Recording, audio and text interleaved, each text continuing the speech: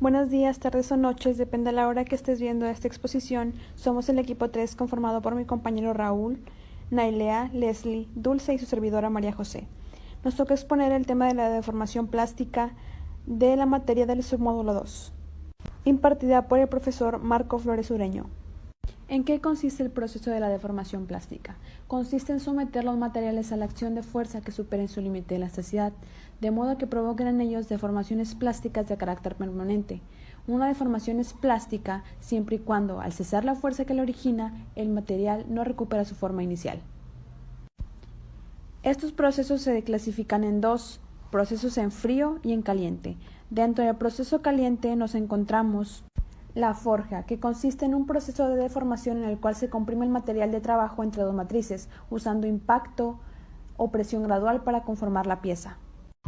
Cabe mencionar que las piezas realizadas mediante este proceso se caracterizan por ser simples y macizas. Dentro de la forja nos encontramos con dos tipos. La primera es la forja libre. Esta se usa principalmente para fabricar pequeñas cantidades de piezas o cuando el tamaño de la pieza a forjar es muy grande. Como se muestra en la imagen, se usa principalmente un yunque y un martillo y es bastante difícil encontrar dos piezas fabricadas por la forja libre que sean iguales, ya que las piezas quedan marcadas por los golpes del martillo. Después tenemos la forja con estampas. Esta consiste en colocar el material entre dos matrices que tienen el hueco con la forma de la pieza que queremos conseguir. Como se muestra en la imagen, este proceso cuenta con unos canales periféricos para alojar el material sobrante de una forma de rebabas. Después estos se eliminan con la operación final de corte o rebabado. El proceso de forja con estampas suele realizarse en fases, utilizando estampas progresivas. Dentro de estos procesos nos encontramos con el proceso de laminación, que como se muestra en la imagen, este proceso consiste en hacer pasar el material entre dos rodillos paralelos que giran en sentido contrario, modificando así las dimensiones de su sección recta. Mediante este proceso se elaboran productos planos como chapas, pletinas y distintos tipos de perfiles de forma estandarizada. Dentro del laminado nos encontramos con el laminado de tubo perforado, que es un proceso especializado en el trabajo en caliente, que nos ayuda a hacer tubos sin costura de paredes gruesas. Para finalizar con los procesos en caliente nos encontramos con el proceso de extrusión. Como se muestra en las imágenes, el material se comprime dentro de una cámara obligándolo a fluir a través de una salida, con la forma de la pieza deseada. Cabe mencionar que la extrusión se utiliza tanto para producir formas macizas como huecas, siendo un método ideal para producir tubos sin costura o unión. Después tenemos los procesos en frío. Dentro de estos procesos nos encontramos con el laminado en frío. Dentro de sus características nos encontramos que el acabado superficial es mejor cuanto menor sea la superficie de contacto con los rodillos.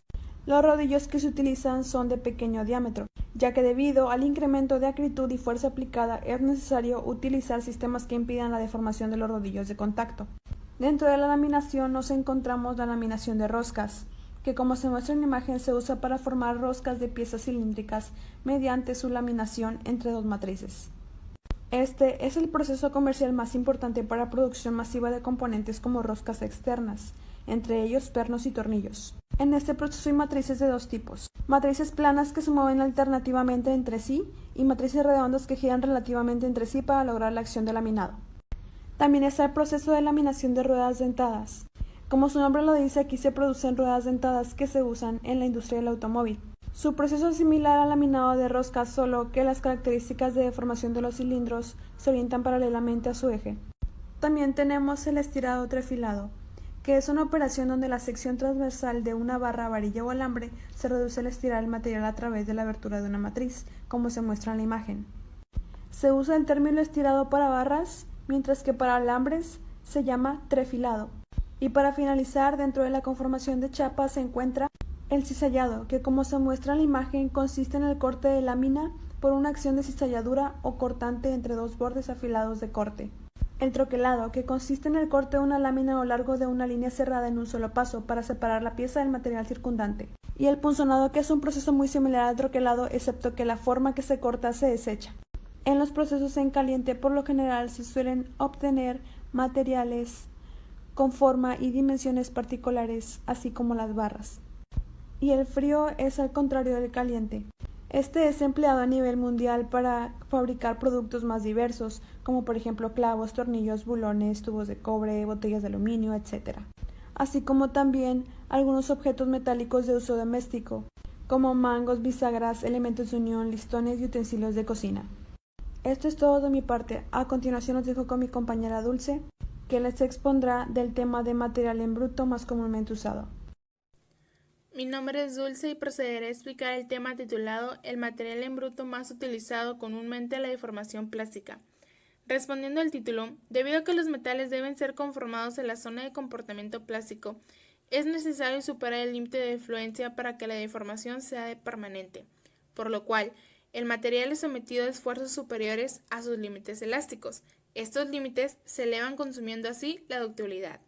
Por ejemplo, los materiales metálicos utilizados en la ingeniería se clasifican generalmente en dúctiles y frágiles. Un material dúctil es el que tiene un alargamiento de tracción relativamente grande hasta llegar al punto de rotura, en este caso el acero estructural o el aluminio, mientras que un material frágil tiene una deformación relativamente pequeña hasta el mismo punto. Un ejemplo sería el hormigón. Algunas características mecánicas generales. 1. El tipo de enlace en un material determina críticamente el grado de deformación plástica del mismo. 2. El enlace metálico permite un desplazamiento sencillo de las dislocaciones bajo pequeñas tensiones aplicadas y en cualquier dirección. 3. Particularidades. Oscilaciones entre transición régimen elastitoplástico, superplasticidad. La variación de las propiedades del metal por efectos del conformado por una deformación plástica. Es la deformación que ocurre en un material cuando se tensa más allá de sus límites elásticos y el material queda con una deformación permanente cuando deja de actuar la carga. Todas las propiedades de un metal que dependen de la estructura reticular se ven afectadas por la deformación plástica. En esto ocurren, disminuye, endurecimiento por deformación, aumentan o comportamiento elástico y plástico. La mayoría de los sólidos se deforman al someterse a una carga externa, hasta cierta carga límite. El sólido recobra sus dimensiones originales cuando se le descarga. Esta carga se le conoce como límite elástico. Si se sobrepasa el límite elástico, el cuerpo retiene cierta deformación permanente cuando deja de actuar la carga. Entonces se dice que el material tuvo un comportamiento elástico. Mi nombre es Nailea y yo hablaré sobre el tema tipo de mecanizado posterior a la colada. En primer lugar, definiré el concepto de mecanizado para así poder entrar un poco en contexto. ¿Qué es el mecanizado? El mecanizado es el proceso que se le aplica a las piezas para eliminar material sobrante y así poder obtener las piezas que deseamos. En el proceso de deformación plástica se elaboran muchísimas piezas. Un ejemplo de algunas de ellas son las piezas que se muestran en la diapositiva, que como nos damos cuenta, la mayoría están enfocadas a la industria automotriz. ¿A qué tratamientos son sometidas las piezas después de la colada? Las piezas se someten a procesos de acabado, los cuales son muy importantes, y es aquí en donde se le aplica a la pieza tratamientos para darle un mejor aspecto y hasta mejores propiedades. En palabras más resumidas y más fáciles sería tratamientos para que la pieza quede más bonita. Existen 4 tipos de tratamientos, los cuales son tratamientos térmicos, que se divide a su vez en temple, revenido, recocido y normalizado. Después tenemos los tratamientos superficiales, que se dividen en cromado, galvanizado y metalizado. Después siguen los tratamientos termoquímicos, que es cementación, nitruración y sulfinización. Y por último tenemos los tratamientos mecánicos, que se dividen en tratamiento mecánico en frío y tratamiento mecánico en caliente. A nuestra pieza también se le puede agregar productos como abrasivo, diamantador, aditivos, colorantes y cargas, y esto es para mejorar el aspecto de ella. Como tratamiento térmico al conjunto de materiales de aleación de metales y enfriamiento bajo condiciones bruscas de temperatura, tiempo de permanencia, velocidad, presión, alineación de los metales o las aleaciones en estado sólido-líquido.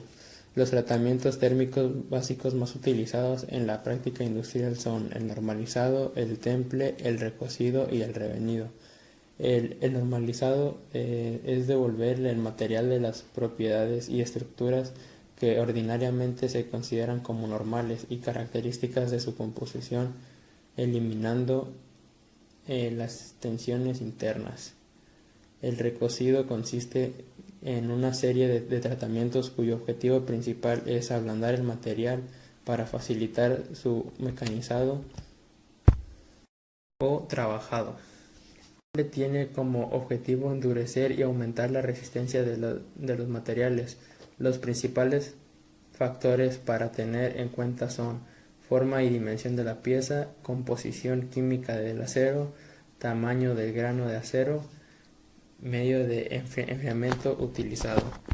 El revenido es un tratamiento secuencial y complementario del temple. Disminuye la dureza, aumenta la tenacidad y se elimina las tensiones internas producidas en el temple.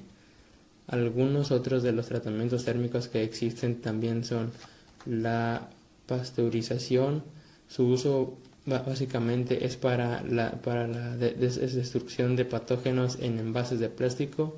La esterilización.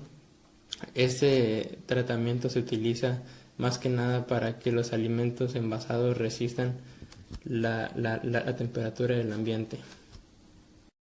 Mi nombre es Leslie y me tocó el tema de acabado final de la pieza de la colada. Primero que nada hay que saber qué es una colada. Una colada es una operación que se realiza en un horno alto que vendría siendo para dar salida a un chorro de material, ya sea plástico, metal o cualquiera. Un ejemplo de la pieza final sería la plastilina y un plástico blando o flexible, ya que su estructura es como muy blanda, muy manejable, y si tenemos el comportamiento mecánico muy bueno de los materiales, podemos aumentar el límite de elástico de un material, la ductibilidad y la dureza, así resistiendo golpes y así. En piezas fundidas es normal que el material no llegue a interiores, entonces pueden suceder diferentes problemas. Cuando sucede algún problema como esos, lo que podemos hacer es pulir con bandas abrasivas, también con el cepillado, y podemos mediante discos de paño abrasivo. Y eso sería todo. Gracias.